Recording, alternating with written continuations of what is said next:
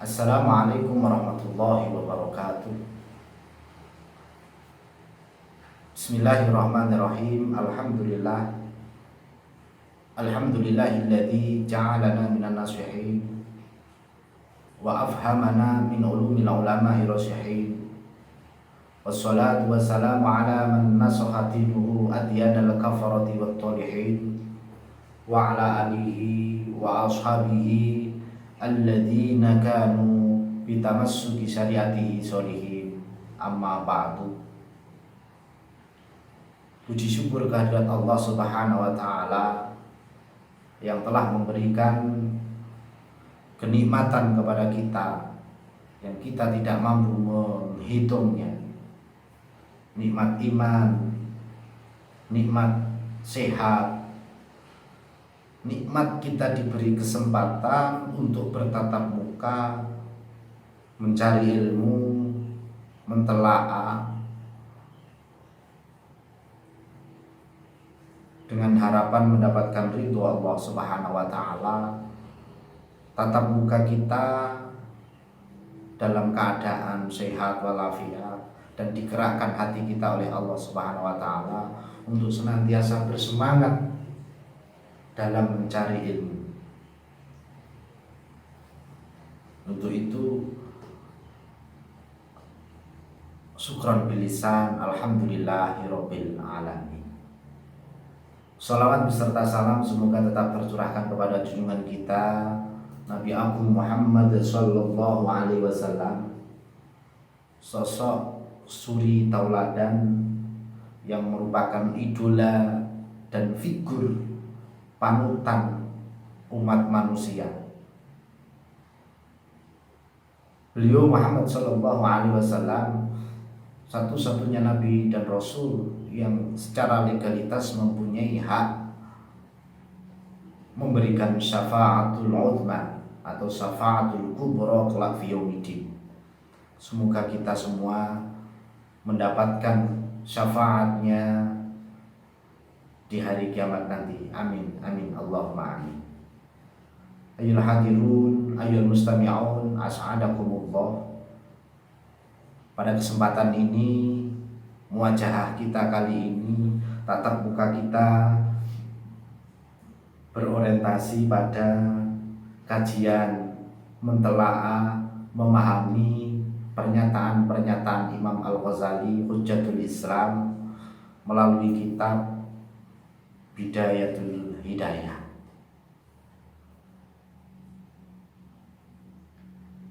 Kitab yang membahas terkait tentang tasawuf.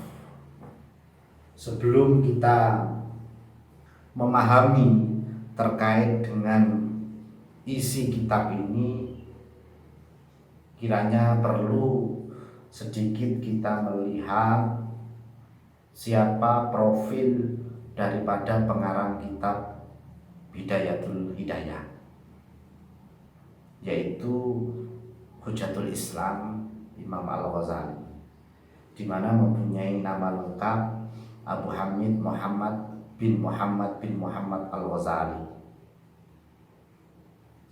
Ada yang menuliskan At-Tusi karena beliau lahir di Tus di daerah Iran sekitar tahun 450 Hijriah. Al-Ghazali kita melihat secara singkat profil proses perjalanan beliau hingga saat ini, kajian-kajiannya atau karangannya, karya-karyanya yang senantiasa ditelaah di kalangan umat Islam di dunia. Al-Ghazali beserta adiknya dalam sebuah riwayat sepeninggal ayahnya, yaitu yang mempunyai profesi sebagai pemintal kain bulu, yang sering pula hasilnya disedekahkan kepada para alim ulama pada waktu itu. Sepeninggal ayahnya, Al-Ghazali dititipkan kepada salah satu sahabatnya, kawan daripada ayahnya Al-Ghazali, yang kemudian Al-Ghazali beserta adiknya dikirim oleh sahabat ayahnya pergi ke Al-Azhar dengan tujuan semata-mata agar memperoleh kecukupan dalam kehidupan sehari-hari. Artinya mendapatkan makan dan kebutuhan-kebutuhan yang lainnya. Kenapa demikian? Karena pada waktu itu Al-Azhar memang memberikan fasilitas kepada para pelajarnya untuk mendapatkan kebutuhan hidup sehari-hari. Maka kemudian sering kita mendengar pernyataan Imam Al-Ghazali yang sering pula disampaikan oleh para ulama. Dahulu beliau mengatakan, dahulu aku mencari ilmu tidak karena Allah, namun kemudian ternyata ia mengarahkanku kepada Allah, ungkap Al-Ghazali. Jadi melihat dalam cerita singkat ini, awal mula Al-Ghazali memasuki dunia pendidikan di Al-Azhar berorientasi untuk memenuhi kebutuhan hidup, bukan karena Allah. Tapi dalam proses pembelajarannya, ilmu yang didapatkan oleh Al-Ghazali mengarahkan Al-Ghazali kepada Allah Subhanahu wa Ta'ala, bahkan memalingkan dari tujuan yang utama, yang pertama. Ini di satu sisi menunjukkan bahwa segala sesuatu itu memang membutuhkan proses. Kendati hadis pernah mengatakan bahwa innamal a'malu binniyat, segala sesuatu itu tergantung dengan niatnya. Ada lagi yang mengatakan niatul mu'mini khairun min amalihi, niatnya seorang mukmin itu lebih baik daripada amalnya. Namun dipahami bahwa segala sesuatu itu melalui proses, termasuk Al-Ghazali mendapatkan ilmu, kemudian ilmu itu mengarahkan untuk senantiasa mendekatkan dirinya kepada Allah Subhanahu wa Ta'ala. Mungkin ini yang kemudian disebut dengan ilmu yang bermanfaat. Nanti akan kita perpanjang itu di bahasan yang tepat. Kemudian Imam Al-Ghazali hidup di kalangan para pelajar dari kecil sampai meninggal. Bahkan beliau tumbuh dan besar belajar di Al-Azhar, yang mungkin sekarang dikenal dengan Al-Azhar University, yang kemudian Al-Ghazali pernah berkarir sebagai rektor di Madrasah Nizamiyah Iran. Nah, dalam perjalanan kehidupannya mempelajari keilmuan, mengamalkan keilmuan, ternyata Al-Ghazali pernah mengalami kegoncangan batin, kegalauan yang cukup luar biasa yang disebabkan setelah mempelajari, mengajarkan banyak hal kepada orang lain, ternyata beliau menemukan dirinya sering tidak mengamalkan apa yang beliau sendiri ajarkan, utamanya dalam masalah-masalah penyakit hati, yang kemudian menginspirasi beliau menyusun kitab Al-Munqidh Minadh Dhalal dan Ihya Ulumuddin, yang kemudian kita mengenal Al-Ghazali itu sebagai tokoh tasawuf. Ya, tokoh tasawuf. Bahkan banyak sebagian beranggapan bahwa Al-Ghazali itu hanya mumpuni dalam kitab atau dalam fan tasawuf saja. Sebenarnya anggapan ini kurang tepat, atau kalau boleh dikatakan keliru. Nah, bagaimana kita bisa mengatakan itu kurang tepat atau bahkan keliru? Coba kita melihat silsilah kependidikan Al-Ghazali. Al-Ghazali memiliki guru-guru yang memiliki latar belakang fan keilmuan yang bermacam-macam. Salah satu yang cukup terkenal adalah Imam Haramain, yang merupakan salah satu tokoh ahli fikih terkemuka dalam mazhab Syafi'i. Nah, keilmuan Al-Ghazali sangatlah luas dari guru-guru yang berlatar belakang fan keilmuan yang cukup banyak. bermacam-macam. Memang banyak dari karya-karya Al-Ghazali itu membahas terkait bidang tasawuf, sehingga Al-Ghazali dikenal dengan tokoh tasawuf. Namun anggapan itu benar, tetapi ketika dikatakan bahwa Al-Ghazali hanya mampu dalam bidang tasawuf saja, itu yang perlu digarisbawahi, perlu diluruskan. Kita melihat bahwa Al-Ghazali salah satu penerus tradisi fikih mazhab Syafi'i. Kok bisa? Kita melihat silsilah perkembangan kitab mazhab Syafi'i seperti pemikiran Imam Syafi'i dalam kitab Al-Um yang melatar belakangi Imam Muzani menyusun kitab Mukhtasar Muzani, dan kitab ini mampu melahirkan kitab Nihayatul Matlab yang dikarang oleh Imam Haramain, yaitu gurunya Imam Syafi'i. Dari kitab Nihayatul Matlab ini kemudian Al-Ghazali mengarang kitab fikih, yaitu berjudul Al-Wasit, Al-Basit, dan Al-Wajiz. Yang kitab itu kemudian dirusum oleh Imam Ar-Rafi'i dalam karyanya yang berjudul Fathul Aziz. Dari kitab ini kemudian muncul kitab Rawdatul Thalibin karyanya Imam Nawawi Al-Matan. Nah, dari sini nampak bahwa posisi Al-Ghazali amat kuat dalam bidang masalah fikih as-Syafi'i. Bahkan dikatakan atau dikenal sebagai ulama yang dapat memadukan antara ilmu fikih dan ilmu tasawuf. Perpaduan antara fikih dan tasawuf yang melekat pada diri Al-Ghazali ini dapat kita saksikan melalui kajian kitab Ihya Ulumuddin, yaitu sebuah kitab yang sistematika bahasanya mirip-mirip kitab fikih, namun bahasanya lekat dan berbaur dengan ajaran-ajaran tasawuf. Di sisi lain, Al-Ghazali diceritakan pernah mengkritik terkait filsafat. Karena dikenal bahwa Al-Ghazali itu tidak pernah mengkritik sesuatu sebelum mengkajinya. Artinya ketika mengkritik filsafat, tentu beliau setelah mengkaji filsafat pada waktu itu. Yang kemudian Al-Ghazali pernah mengkritik itu dalam tulisan yang berjudul Tahafutul Falasifah atau kerancuan filsafat.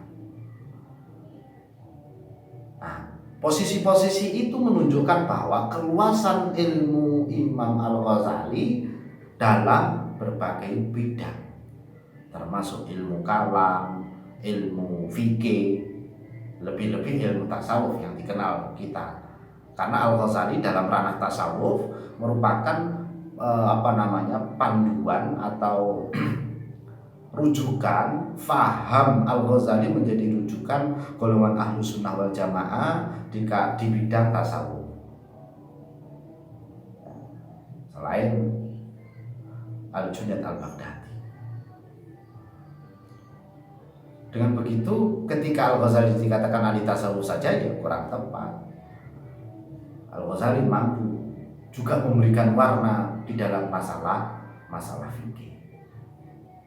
Memang kitab ini, Bidayatul Hidayah ini,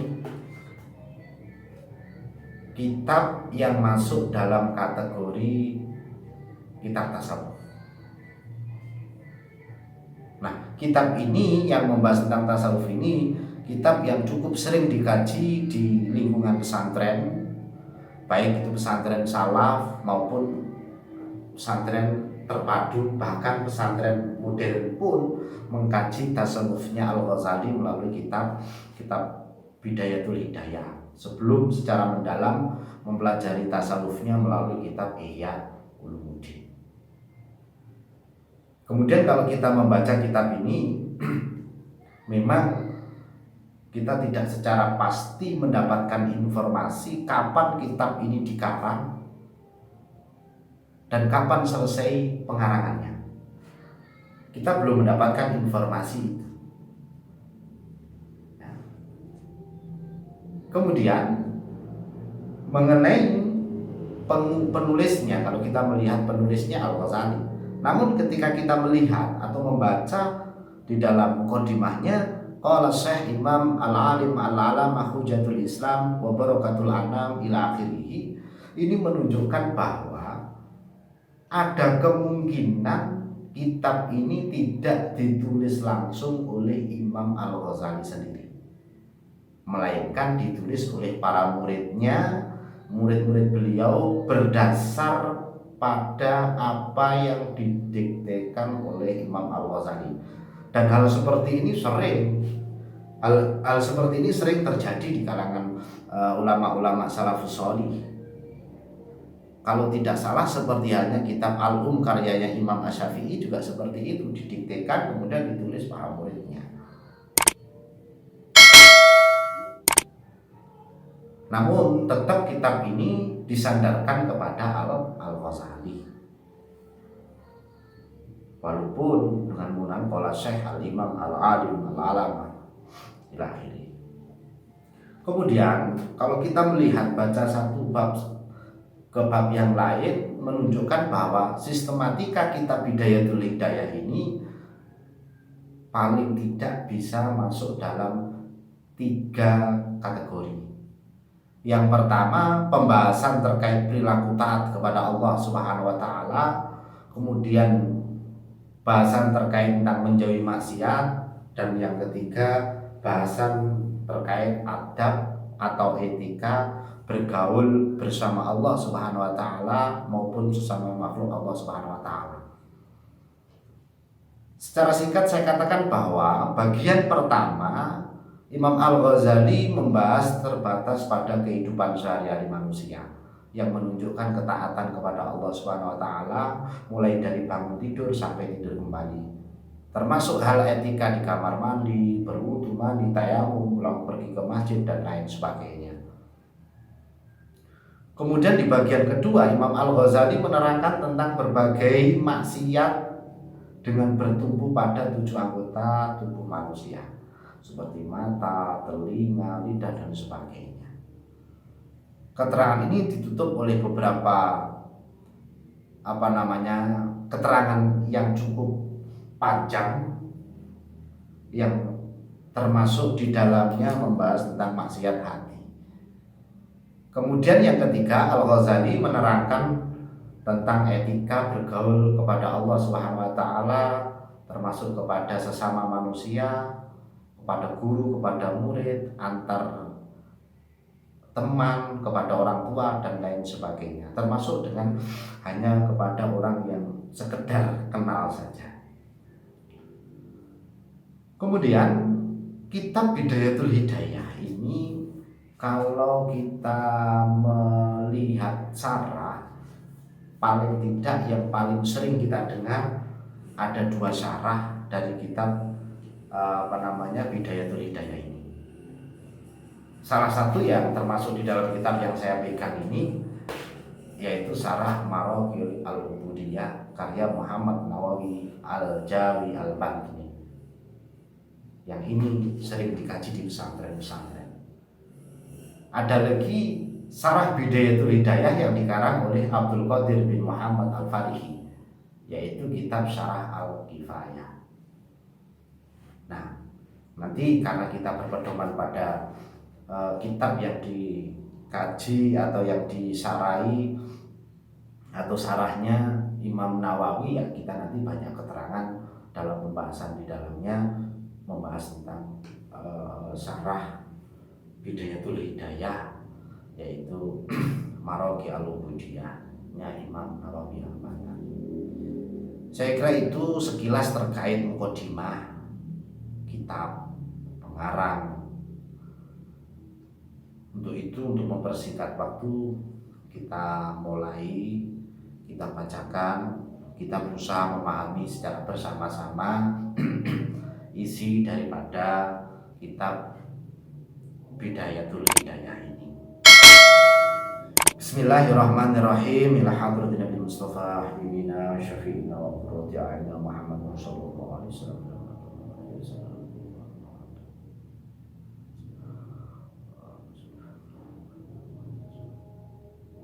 Lahumul Fatihah. Iya, warahmatullahi wabarakatuh.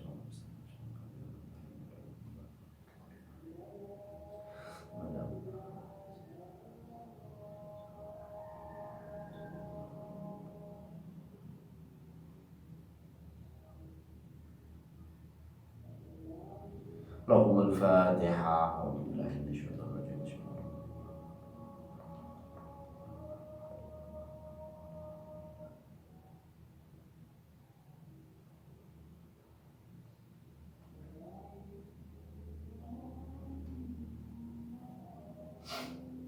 Lahumul Fatihah. Bismillahirrahmanirrahim. Alhamdulillahirabbil alamin arrahmanir rahim maliki yaumiddin iyyaka na'budu wa iyyaka nasta'in ihdinas siratal mustaqim siratal ladzina an'amta 'alaihim ghairil maghdubi 'alaihim waladdallin. Bismillahirrahmanirrahim. Bismillahi ngawiti ingsun kelawan nyebut asmane Allah. Ai ibtida'u ta'allum lana wa ibtida'ul kitabah lil musannif insyaallah. Ar-Rahmani kang welas ing dalem donya lan akhirat, Ar-Rahimi tur kang welas ing dalem akhirat bloko. Musannif hadal kitab mengawali dengan basmalah. Mengawali dengan basmalah. Basmalah mempunyai makna yang cukup luar biasa. Basmalah menunjukkan bahwa ada keinginan bagi kita yang memulai memakainya di dalam mengkaji ini, termasuk di dalam menulis kitab ini. Artinya basmalah menunjukkan keinginan musannif,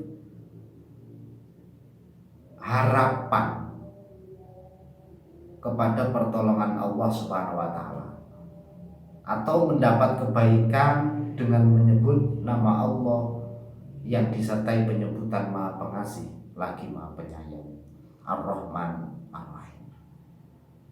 Di sisi lain, pengucapan basmalah merupakan sunnah Rasulullah.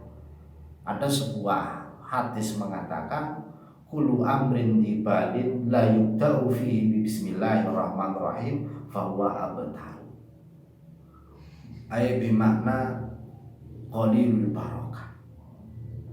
Setiap perkara yang tidak diawali dengan membaca basmalah, maka dia akan sedikit mendapatkan barokah.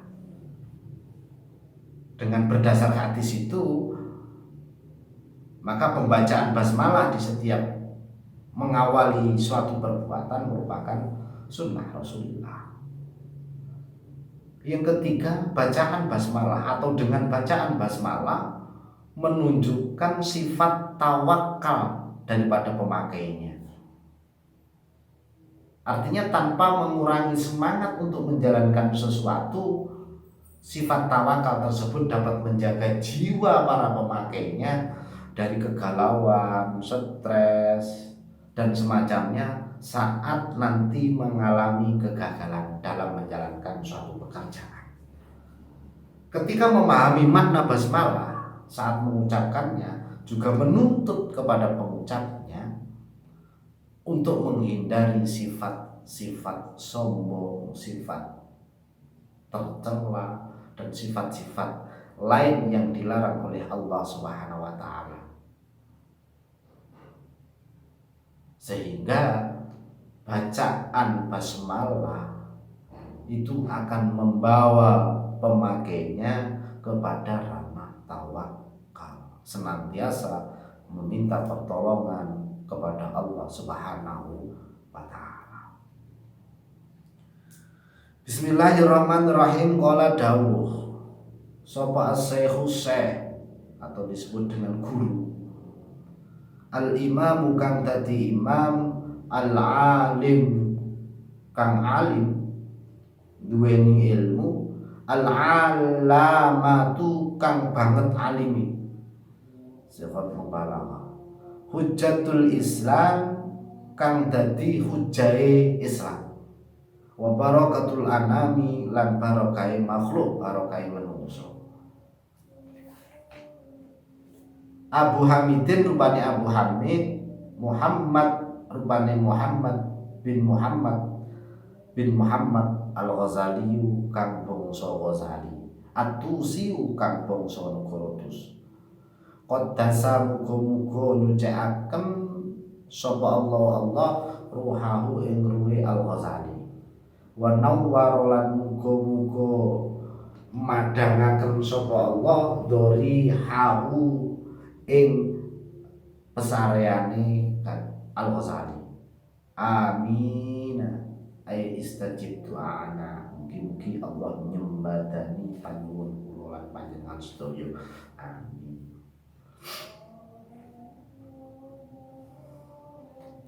Ini tadi sudah secara singkat saya sitir di dalam melihat pengarang kitab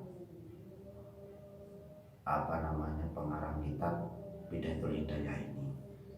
Berkata Syekh Al-Imam Al-Alim Al-Alama, berkata seorang guru. Ya, seorang guru. Siapa dia? Yaitu Abu Hamid Muhammad bin Muhammad Al-Ghazali. Ya, Al-Ghazali yang tadi lahirnya sudah kita sebutkan di depan. Jadi penyebutan Al-Ghazali itu sebenarnya berdasar pada desa kelahiran Abu Hamid Al-Ghazali, ya, atau disandarkan kepada daerahnya. Ini sering terjadi di kalangan ulama salafus sholih, sering terjadi penyebutan yang disandarkan kepada daerahnya atau tempat lahirnya. Al-Ghazali mendapat gelar Al-Imam karena beliau adalah ulama yang menjadi panutan banyak orang. Kemudian mendapatkan gelar Al-Alim Al-Alama. Ini menunjukkan bahwa tingkat keilmuan Al-Ghazali yang tidak diragukan lagi tidak hanya berhenti di status alim atau mumpuni, tetapi juga alama, yaitu amat sangat mumpuni dalam berbagai bidang. Selanjutnya Al-Ghazali juga mempunyai gelar Hujjatul Islam. Sebagian mengatakan bahwa gelar Hujjatul Islam yang diletakkan di Al-Ghazali ini menunjukkan bahwa pengetahuan Al-Ghazali tentang sunnah Nabi cukuplah luas. Maka kemudian dikenal dengan Hujjatul Islam. Bismillahirrahmanirrahim. Kita lanjutkan. Alhamdulillah tapi sekabehane puji kang patang perkara iku lillahi tetep kagungane Allah, haqqa hamdi kelawan nyatane muji ing Allah. Wassalatu lan utawi tambahe rahmat takdim, wassalamu lan keselamatan iku ala khairi khalqihi, muga tetep ing atase sak bagus-baguse makhluk Allah. Muhammadin rupane Kanjeng Nabi Muhammad, rasuli kang dadi utusane Allah, wa abdihi lan dadi kaulane Allah, wa ala alihi lan muga tetep ing atase keluargane Kanjeng Nabi, wa sahbihi lan biro-biro sahabate Kanjeng Nabi, mimba'dihi saking sakwuse Kanjeng Nabi. Pengarang kitab mengawali keterangannya di dalam kitab ini dengan memuji kepada Allah dengan pujian yang nyata. dengan pujian yang nyata. Kemudian mengucapkan, membaca sholawat dan salam kepada Nabi Muhammad SAW, keluarganya, sahabat-sahabatnya. Dari sini muncul pertanyaan, kenapa Nabi yang mempunyai posisi yang mulia di sisi Allah Subhanahu wa taala, bahkan Nabi Muhammad yang terjaga dari dosa, kenapa Nabi kok masih kita doakan keselamatan dan rahmat kepada beliau? Mungkin banyak orang yang bertanya, kenapa kok masih kita doakan? Nabi Muhammad itu sudah maksum, ya, bahkan mempunyai posisi yang bagus, atau bahkan dijanjikan sudah masuk surga. Banyak keterangan mengatakan bahwa sebenarnya umat beliaulah yang membutuhkan rahmat dan keselamatan tersebut. Rahmat, keselamatan yang diberikan kepada Nabi Muhammad SAW nantinya akan meluber dan mengenai umat Nabi Muhammad SAW. Ini sebenarnya harapannya. Maka ada yang mengatakan doa kepada orang lain itu sebenarnya mendoakan diri kita. Insya Allah kurang lebihnya seperti itu.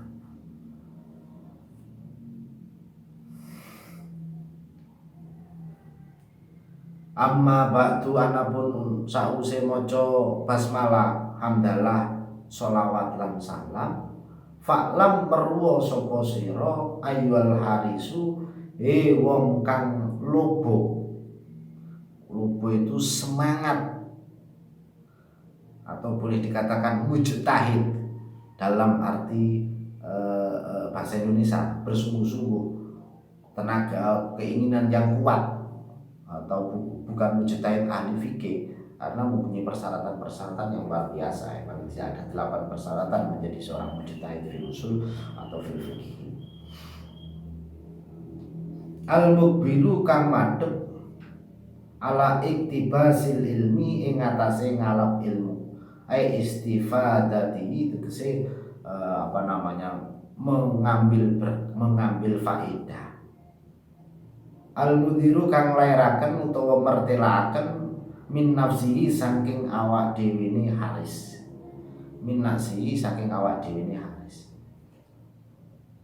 Sidqar rubati ing temene demen, wa farta ta'atusi lan bangete bronto.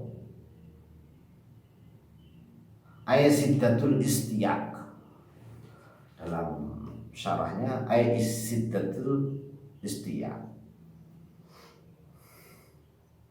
ilahi maring ilmu.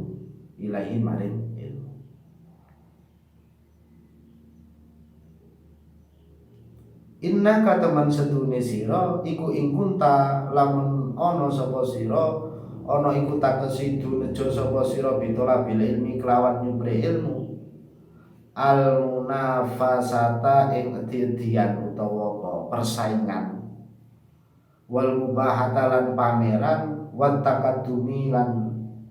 takadduma lan ngungguli alal aqroni ing atase pira-pira kanca, wa istimalati wujuhin nasi lan amrih condonge pira-pira wajahe menungso ilaika maring sira, wa jam'ahu tamid dunya lan ngumpulake pira-pira bondo donya, fa anta mongko utawi sira iku sa'in tumandang fi hadmi dinika ing dalem ngrusak agama sira, wa ihlakin nafsika lan ngrusak ngancurkan awak dhewe sira, wa bai akhiratika lan ngedol akhirat sira bidunyaka den tuku kelawan dunya sira. Fasof kotuka mongko utawi akot sira iku khosirun tuna, wa tijaratu kalan dagangan sira iku bairatun lebur utawa rusak.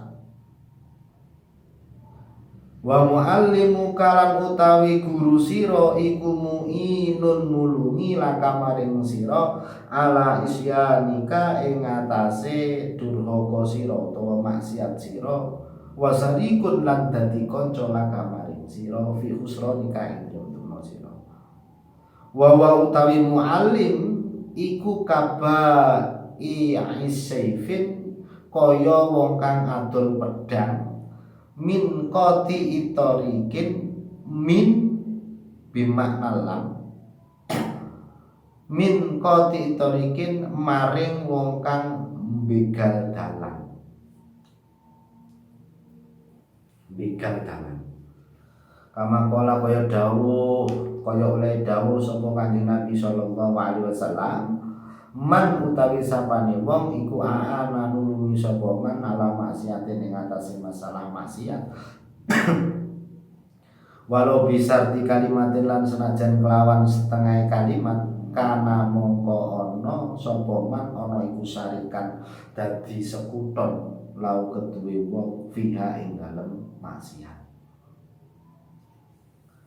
Imam Al-Ghazali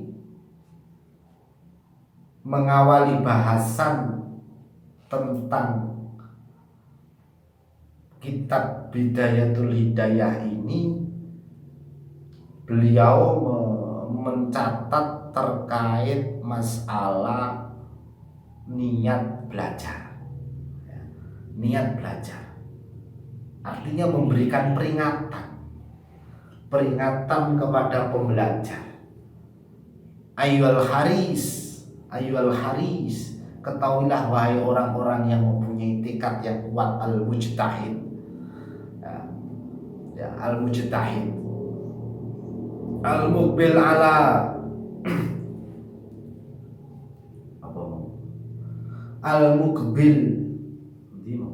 al-muqbil ala iktibasil ilmi, al-mudhiru min nafsihi sidqar rubati, yang menunjukkan bahwa orang-orang yang benar-benar sungguh-sungguh di dalam mencari ilmu itu kok dia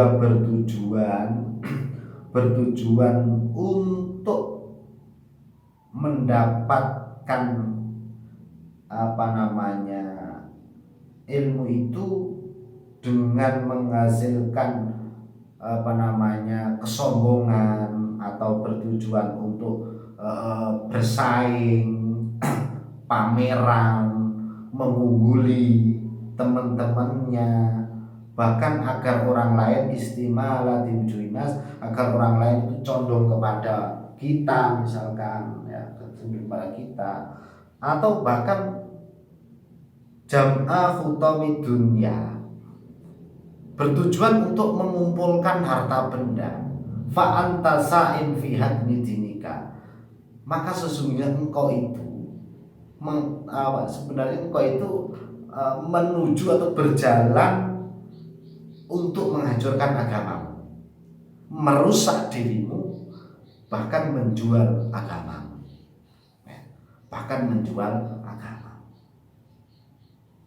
Maka hal seperti itu, tujuan-tujuan seperti itu adalah tujuan yang cacat, tujuan yang merugi, tujuan yang merugi. Seperti halnya orang yang berdagang, dagangannya hancur,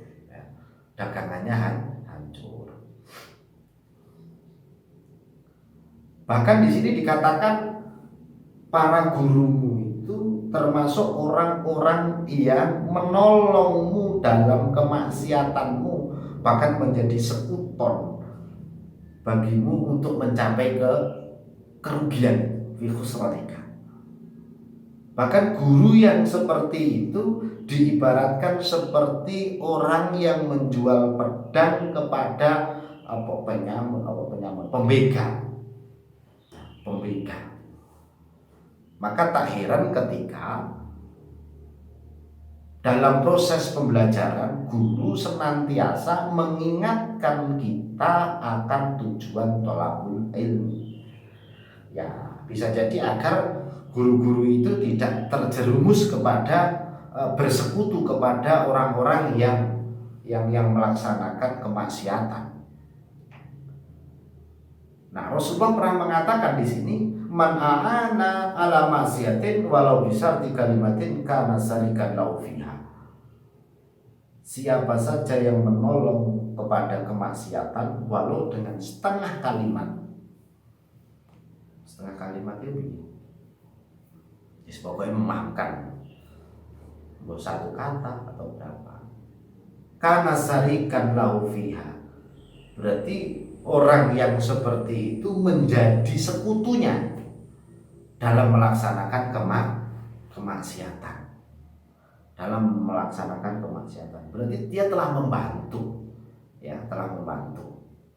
Bayangkan, berat juga jadi guru, ya, jadi ustaz, jadi mu'alim. Ya, salah satu ikhtiarnya yang dilakukan oleh para asatid itu senantiasa mengingatkan kepada para pembelajar, para santrinya, peserta didiknya untuk membetulkan tujuan pembelajarannya, ya, tujuan pembelajarannya diingat-ingat, ya, diingat-ingat, dibetulkan di proses pembelajaran. Ya, bisa jadi Al-Ghazali yang tadi kita kita sebut bahwa dulunya bukan karena Allah, kemudian ilmunya membawa kepada Allah, ya, kepada Allah. Ini sesuai dengan yang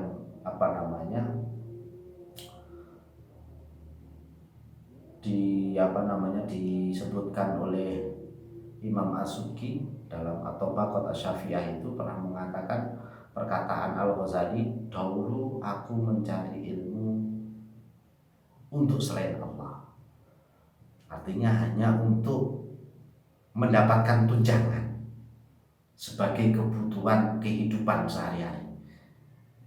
Namun kemudian ilmu menolak untuk tujuan selain Allah.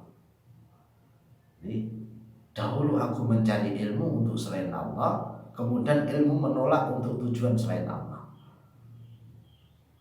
Maka tidak berlebihan ketika guru, saya ulangi lagi, tidak berlebihan ketika guru mengawali proses pembelajaran senantiasa mengingatkan para santrinya untuk membenahi niatnya.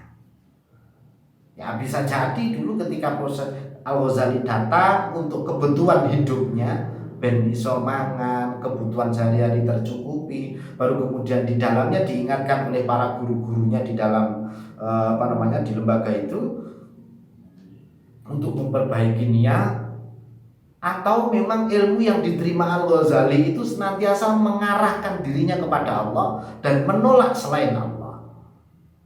Nah, dua-duanya punya kemungkinan. Dua-duanya punya kemungkinan. Nah, proses dalam membenahi niat itu ya tidak gampang. Tidak gampang. Makanya ada istilah itu mengatakan aslih a'malaka binniyah waslih niyataka bil ikhlas. Perbaiki perbuatanmu dengan menata niat yang baik, dan perbaiki niatmu itu ikhlas lillahi ta'ala. Lillahi ta'ala. Nah, pernyataan Al-Ghazali ini sebenarnya mengarahkan kepada kita agar senantiasa menata niat sebelum mengawali sesuatu, termasuk dalam proses mencari ilmu. Biar kita tidak menjadi orang yang rugi, biar guru-guru kita juga tidak menjadi orang yang menolong dalam kemaksiatan. Biar juga kita tidak menjadi penghancur diri kita, tidak menjadi penghancur agama kita, tidak penjual agama kita, akhirat kita kepada dunia. Maka kita tata benar niatnya. kita tata benar niatnya. Ini sebenarnya bahasan tentang niat proses pembelajaran ini sering kita kita baca. Kalau kita masih ingat di dalam kitab Ta'limul Muta'alim yang dikarang oleh Imam Az-Zarnuji, di sana juga banyak sekali menerangkan terkait mengajarkan bagaimana niat-niat dalam proses pencarian ilmu itu.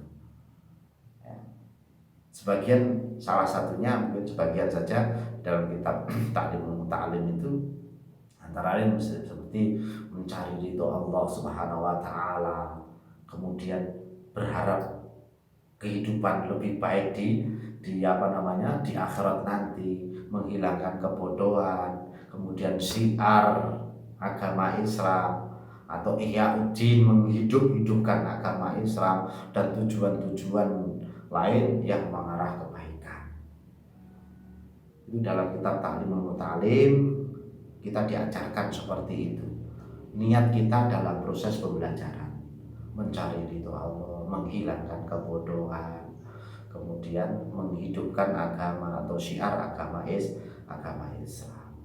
Jadi jangan dijustifikasi dari pemahaman tadi bahwa Al-Ghazali berangkat pertama hanya untuk memperoleh tunjangan kehidupan.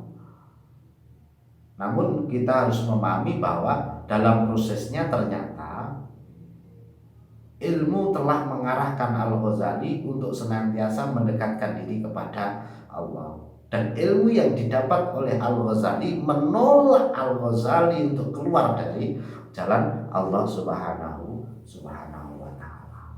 Semoga kita benar dalam menata niat pembelajaran kita, sehingga kita mampu mendapatkan kebahagiaan di dunia dan akhirat. Amin, amin, Allahumma amin. Wa in kanat niyatuka wa qusduka ila akhirih wallahu a'lam bishawab. Ayyuhal mustami'un, as'adakumullah, yang dimuliakan oleh Allah Subhanahu wa taala. Saya kira pertemuan tatap muka hari ini cukup sekian, bisa kita lanjutkan minggu depan insyaallah. Semoga apa yang kita terima hari ini menambah keimanan kita, ketakwaan kita kepada Allah Subhanahu wa taala, dan menjadi hamba yang lebih baik dari sebelum di hadapan Allah Subhanahu wa taala. Saya akhiri, wal afu minkum. Assalamualaikum warahmatullahi wabarakatuh.